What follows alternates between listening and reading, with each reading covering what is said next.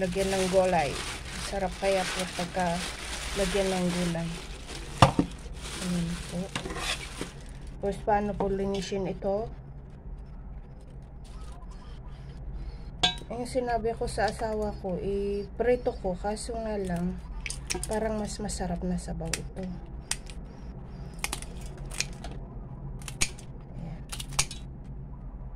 So, diba, ganyan po lang maglinis yata ng ganito. Tapos yung pong ano niya, wala po yatang ito kasi yung isa, ayan o, tinusok ko na yung isa, wala naman po dito, kaya ay wala, oh. Hindi ko alam kung saan yung tiyan nito. Kaya siguro siya lumaki kasi wala siyang tiyan. Ayan. Ganun lang po pag klinis ko. Kung may mga nakakaalam dyan po ay pakituruan po ako. Dahil sa bundok po ay wala ang mga ganitong ulam. Totoo naman po, nasa bundok po kami, wala po kaming dagat.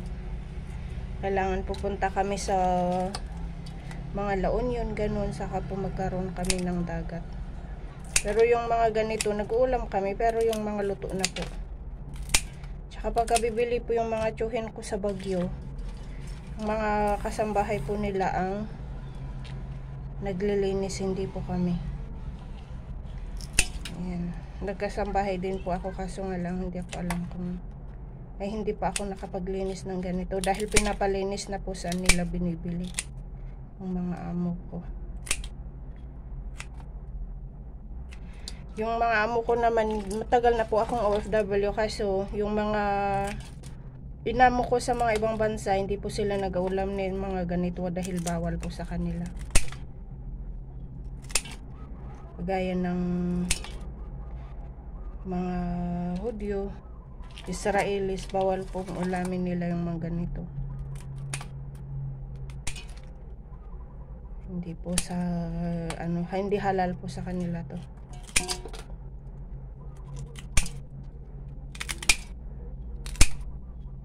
Ayan. Nagupitan na po natin, so wala na po yung ubos na po yung luya. Kinain na po. Hinalo namin sa lugaw. Ito po. Nakakain ba to? Kahit na ihalo ko po. Tanggalin ko lang po yung yung putik. Kasi may mga putik sa dulo yung ipit niya, oh. Ayan. Kaya pakituruan na lang po ako, guys, kung paano po to. Isabaw ko na lang po. Tingnan ko sa rep kung ano ang pwede kong ihalo sa rep. Na mga gulay-gulay na kung anong meron. Ay, umbok. Yung umbok pala. Chinese pechay. Paano naman po naging Chinese pechay yung umbok? Hindi naman po singkit, kundi malapad na pechay. Oh. Ayan. So, kung yung mga marunong po dyan na maglinis ng mga ganito, pakisabihan lang po ako sa sa comment section. Kasi may may natira pa po, guys. Kaya ganito lang po yung ko, 2, 4, 6, 7 po yung kasi 3 tao, tapos may gulay pa. Tama na yan. Panggabi lang naman po. Kasi pagkadamihan ng luto, hindi maulam, hindi na masarap, mapainitin po, guys. Okay. Alright. Ayan na po, guys. So, gasan po natin.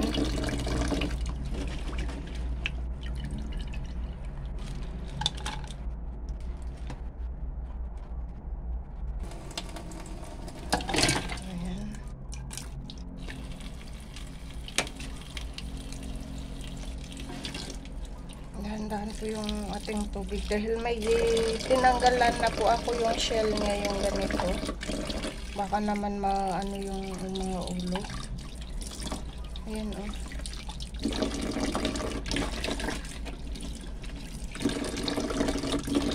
na po yung tagtatatlong ano, dahil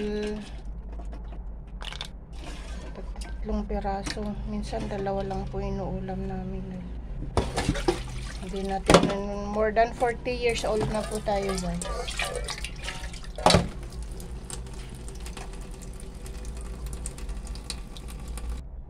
So, ito po yung ating mga ingredients, guys. Ayan, lemongrass po. Tapos, kamatis. Dalawa na lang pong natitira. Tapos, yung sili. Ayan. Tapos, ito po yung yung para po siyang luya. Nakita ko sa mga bandang Bisaya din po ay bukong kuha din po sila ng ganito. Hindi ko po alam kung ihinahalo din po nila sa pagkain. Maganda po ito din. Alternate ng luya. Ito naman po ay yung lemon po na para siyang limutan ko yung lemon na yun. So ito po yung mga ibang ating ingredients, guys. Ito po ay ang gagawin po natin ay sinigang na lobster. So guys, ayan po guys, maglagay na po tayo ng tubig para po ipainit na po natin bago natin ilagay yung ating lobster. Yung wala pong mantika.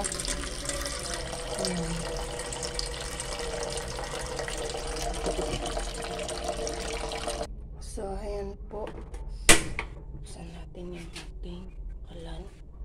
Ito nga po pala yung tamarin, yung yung ilalagay natin.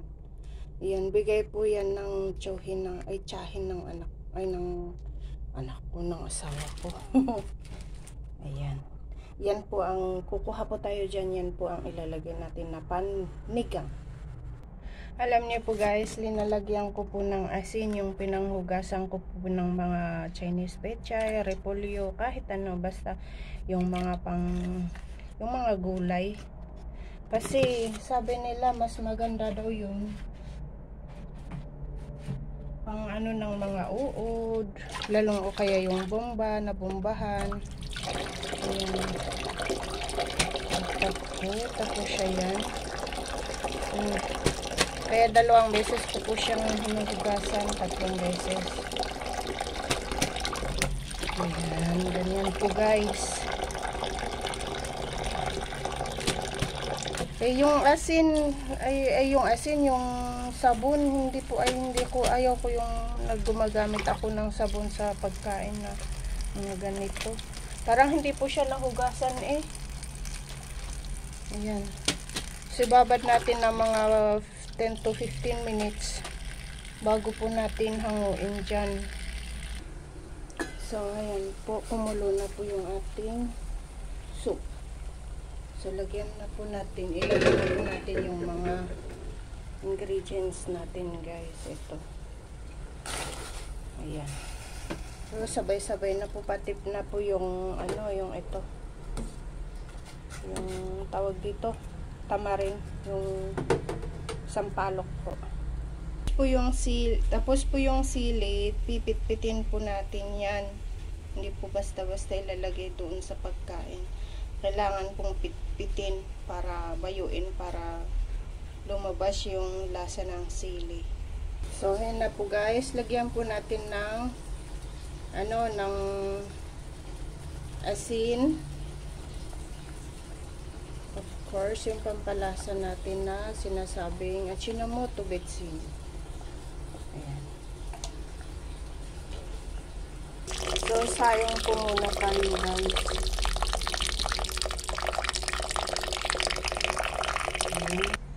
So, ayan na po guys. Ginagawa ko po yung ganyan. Kasi yung dito po yung madulas na naiipon po yung spray. Yung pong binubomba nila para hindi ubusin ng uod yung yung dahon ng mga gulay. Tingnan nyo pagka tinatanggal nyo yung may mga madulas. Yan po ang alam ko. Ito pangalawa na tong banlaw ko guys. Tinanggal ko na po yung ano kanina. Yung una, yung may asin. So, ayan na. So, ayan na po guys. Time to put na po yung ayan. Nag-ano na po yung color ng ating tamarind. So, ilalagay na po natin itong ayan. So, maluto ka na lang dyan hanggat gusto mo. Ayan po. Ganyan po ako magluto guys. So, takpan po natin. So, ngayon po guys, bayuin na po natin yung ating sili. Ayan.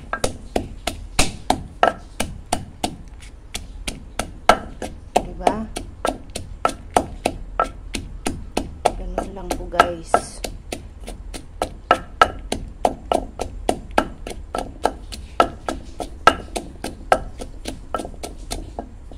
Ayan. So, let's check it guys. Wow, ayan na po yung sabi ng Thailanders ay kong. Yung sa English naman po ay lobsters. Ayan na po. Tapos lagyan, nakalimutan ko pong ilagay yung ito. Yung ito po yung ano, yung balot niya po guys. Oh. Ayan. Oh. Para siyang knorr na powder po. Hindi ko po alam kung meron dyan sa Pinas. Ayan.